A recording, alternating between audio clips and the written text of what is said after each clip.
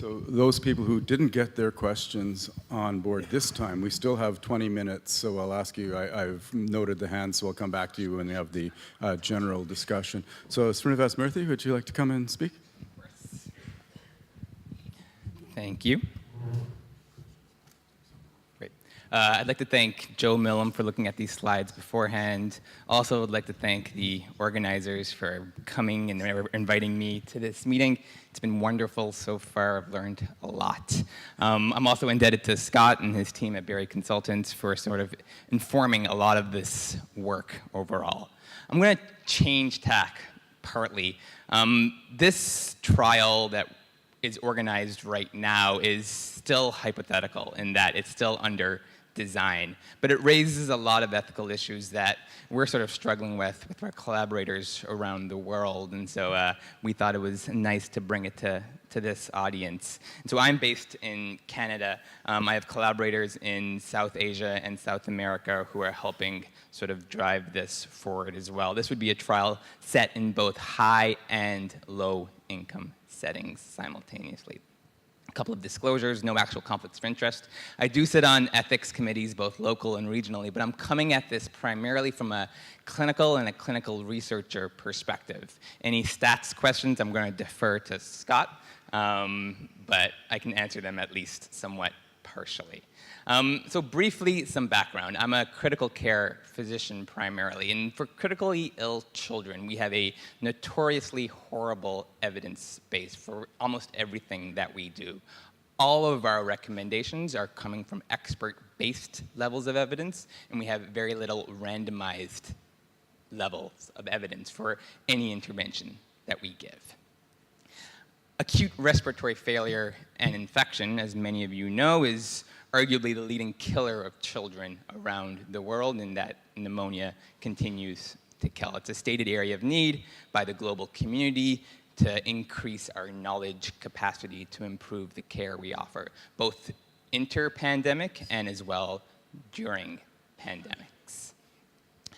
Research in acutely ill children, however, poses a number of challenges that makes them especially vulnerable, especially in low and middle income countries. Parental stress, and we've actually shown that the mere act of, at the very beginning, asking for informed consent for an interventional or observational study increases the stress attached to the care that their child is getting during arguably one of the most stressful experiences of their life.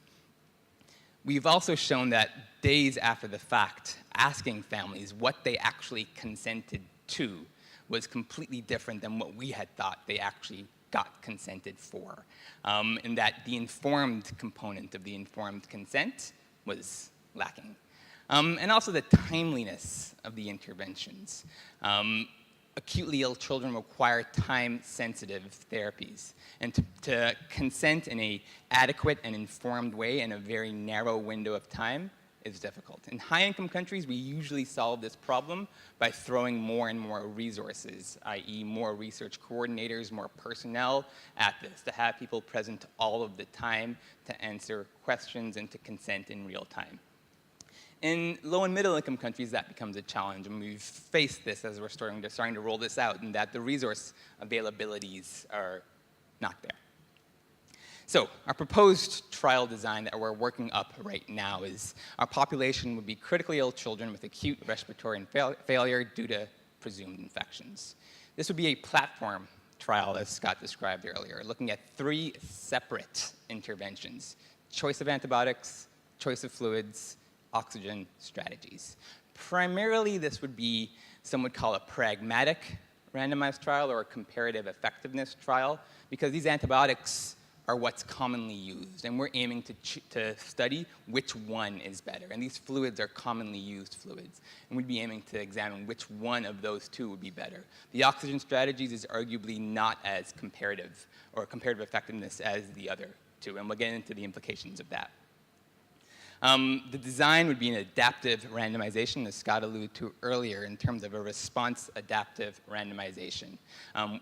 a platform trial, and we'll go into the schematics of what that would look like. The setting, intensive care units in both low and high income settings, and a primary outcome is currently being actively debated, mortality or a 28-day health-related quality of life outcome. So a critically ill child would come. They would be adaptively randomized to 3 separate and simultaneous different questions. And which antibiotic to give, which fluid to give, how much oxygen to give. Each of those randomizations would occur adaptively, as Scott alluded to earlier, in terms of how many patients would be allocated to each one of the antibiotic arms. And there would be 2 arms within each of the 3 domains, the antibiotic domain, the fluid domain, and the oxygen domain. So in theory, one patient is involved in 3 separate studies at the same time, answering 3 separate questions in a much more efficient time frame.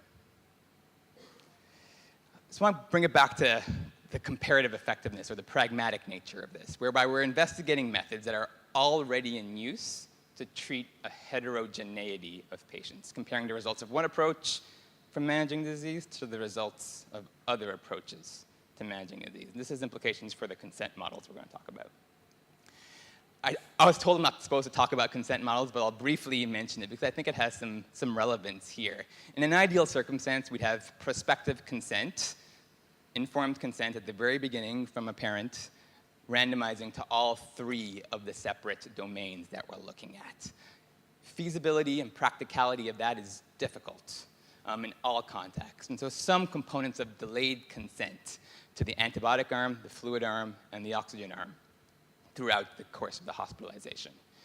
If we deem that the oxygen arm is of higher risk in terms of this study compared to the antibiotic and fluid arms, we could argue that waived consent for one component and a delayed consent for another, or a prospective consent for one component or a waived consent for other 2.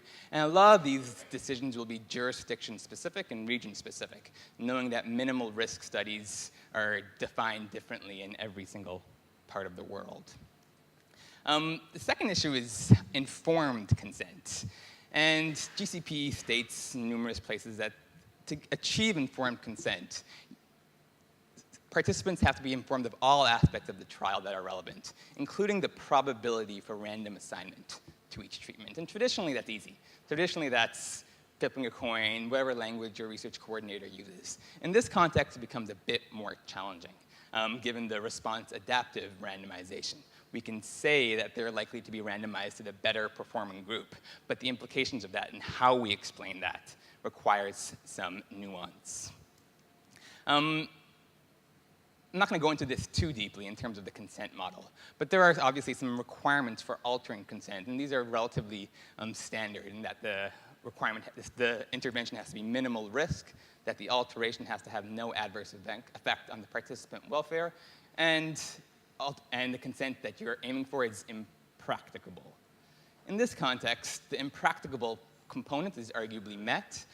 Participant welfare as well. Minimal risk will be debated depending on which region you're in. The last issue I want to bring up, and this has come up numerous times as we've sort of talked about this around the world, is the component of provider autonomy.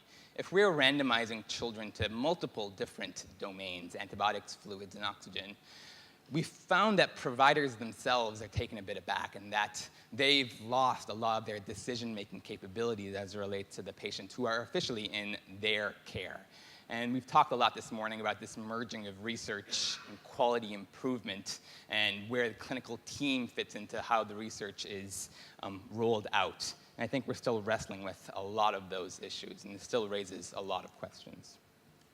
So in terms of specific questions that I've asked, a couple of them are consent-related, in that is an alteration of consent appropriate for minimal risk or comparative effectiveness or pragmatic RCTs like this, varying regions and varying jurisdictions?